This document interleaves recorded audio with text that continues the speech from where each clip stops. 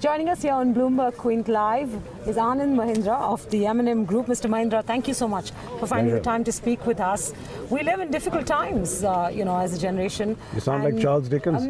I was going to open with a line in his book. What I really mean by asking you that question, and it's a slightly open-ended, broad question, but it is about how business leadership across the world is adapting to what we're seeing, both in terms of nationalism, not just economic, but political and social as well.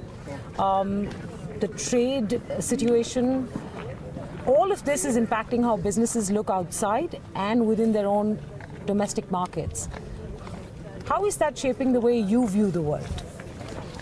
Let me start with a very granular comment, first of all, is that we're in fact using it to make our businesses more local, quote unquote. Okay. We don't know how long this protectionist, nationalist thrust may last. I personally don't think it's going to be a short-term phenomenon because the world is in transition, a lot of economies are in transition. Usually when people feel pain, even if that pain is coming because of the change in jobs due to digitalization, which has nothing to do with globalization, but when that happens, the fall guy usually is the overseas business. Right. So the finger is always going to point. There will always be some pushback against companies that haven't gone truly local. Secondly, there's an enormous dividend in going local. Let me give you an example. We finally opened an assembly plant in South Africa for our products. The auto market grew 1% there last year. We grew 26%. We're the fastest growing auto company in South Africa, albeit a small one. Yeah. We've just opened an assembly plant in Bangladesh, huge market. We're already seeing the dividends of being seen as local.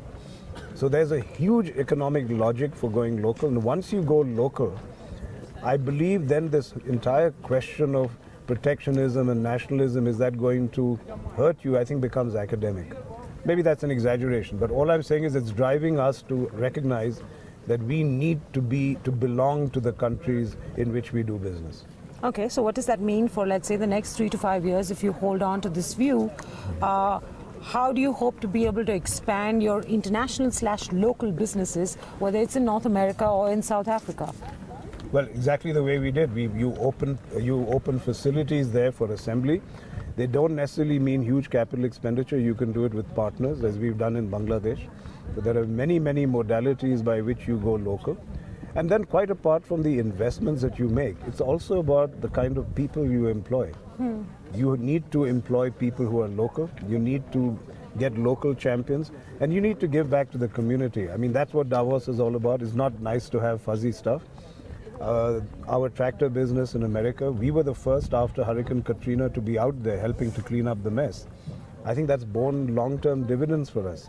So your culture, the texture of your recruitment and your investments in assembly or manufacture, I think all will determine how we define being local. What I mean to ask is, how many more countries do you intend to deploy this strategy to? What can we look forward to in the way the international contribution to M&M's revenues will change over the next 3 to 5 years? You know, we're already about 49% global. I was surprised myself. You're talking on a consolidated basis? Consolidated. A lot of that is because of Tech Mahindra, obviously. But it is also because of companies like SsangYong. And we made acquisitions in Finland and in Turkey. So unbeknownst to us, we've suddenly become much more global than we had even plotted to become. So sometimes these things are serendipitous, they happen because of opportunity. We don't have a board somewhere that says we must be global. That's not an objective in my opinion. Okay. We must be profitable. We must grow. Sure. Then you look at where you grow. There's an equally strong lobby within the group that let's consolidate, let's not fight too many battles, let's focus on certain countries. And so we're always having that discussion. And we have to decide which countries do we focus on. That's an ongoing discussion. So you won't find completely profligate expansion everywhere. You will find that we are doubling down in countries where we are seeing success. I wouldn't want to comment on that right now. All my colleagues around the world look for indications of whether they're top of the pops or not. So it would be hazardous for me to say that. But yes, we are looking to see where we will increase our bets and where we will just cruise. Okay, but you're not going to give me details on that, so I'll move to Certainly the domestic market. The last few months, in terms of auto sales, have not been encouraging at all. Do you think that's going to be a sustained weakness, or because you're going to also get hit by some of the new regulation that comes in? Is that going to be what 2019 is about? I certainly hope not, and I don't believe so. Were we disappointed last year? Yes, the entire industry was. It's all had by now that the festival sales belied our expectations. So we were hoping for a really robust kicker in the festival season. I won't even go over why they may not have happened. In hindsight, you have many, many reasons. But it'd be interesting to know how you read the situation, because then it'll give us a sense of some of those reasons. It was the fact that there was a rate hike. It was the fact that there was the monsoon didn't turn out to be as good as one hoped. There were the state elections. All these things are trotted out. At the end of the day, it all translates into poor sentiment of the consumer. Okay. And we are hoping that sentiment will revive next year. This year, we are in the months to come. I'm a great believer that there is a huge pent-up demand that is waiting to come out. Will it come out before the elections? Again, I don't know. I'm a perpetual student, like all of us, of the Indian psyche and how it behaves. But you never know. We launched this Java bike, for example. And it's sold out. So, tell me there's a paucity in demand. We had to announce that we are closing. But it's a very different, very positioned category. I think a lot of business is going to be like that. It's going to be about differentiation, about brands, about... It always has been, right? Hasn't that always been your mantra? It's going to be even more our mantra, but I'm saying more and more. If you look at the millennial nature, millennials want brands that speak to them directly, that have meaning for them, whatever the narrative. They want special narratives. So in that sense, not just us, but even mass market companies are going to have to find ways to segment. And all I'm saying is that we are taking, just one segment. But I'm saying there is capacity. These are not cheap bikes. So people just, when they find the right narrative, there is money. So I hope 2019 will be the year when the money comes out. Okay, are you looking to take your strategic partnership with Ford to another level? I have a reason why I'm asking this question, but I'll leave it open-ended for the first answer, and then I'll follow it up with something more specific. I'm trembling with anticipation. No, you're not. I know. But I'm curious to know whether you're ready to take it to the next level. What is the next level, Marika? Are you looking at something more than just collaboration? Are you looking at some degree of equity participation of some sort? Are you looking at coming together in the business in a more structured ownership fashion? I'm not going to define that kind of ownership because it could be 25 different models you're looking at. But we've already, as you know, we've been in a joint venture with them, and what makes me very happy is that whoever we've been in joint ventures with, our partings have never been anything but amicable. Sure. And we constantly look for ways to work together again. That's the spirit in which this was started. If you look around the world, all auto companies are trying to find ways in which they can collaborate with competitors, finding verticals, I get all the of that strategic stuff. partnership. So that is the spirit of this. Are you looking at building out some kind of maybe structured ownership? Pawan is driving this, and I'm sure you talk to him and you could ask him, but my input to Pawan is simply this. We've been in a joint venture before. Whatever we work on now should be very granular, very defined as to what are the objectives and what are the win-wins for both. So that's what is, so everything that he's outlining is going step by step. Okay, right? Let me flip the question this way, and it might sound completely outlandish to you, but I'll ask you nonetheless. Is there even the slimmest of possibilities that Ford becomes an investor in M&M at some point in time? A strategic investor of some sort? I've known you too long, Marika, to even try to give a glimmer of an answer to that. I'm just going to say you have to speak to Pawan about that. He's leading the discussions, and what we are looking for is creation of value. Okay, so there are a couple of ways to look at this. Maybe consider, and I know you've answered this question several times before, but I'll ask it nonetheless. Maybe consider separating out the auto and the agri businesses from in the flagship standalone company. We are looking for a good strategic consultant. Maybe bringing in a strategic partner, a global partner in the auto business. Maybe Ford could, sort of fill that. You're articulating a lot of these options better than most of my people. Well, so I'm asking you if any of these are things you're actively considering. Any strategic group in the company would look at every. But that's the only answer I can give you a minute.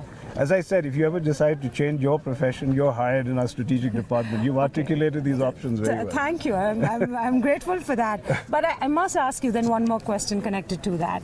The promoter right now, which is your family, has 21%.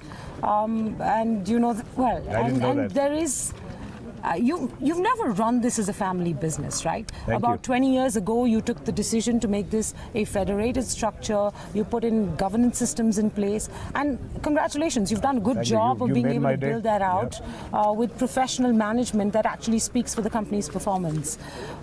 You don't have children that want to be in the business. You've said that before. There is nobody next. Right.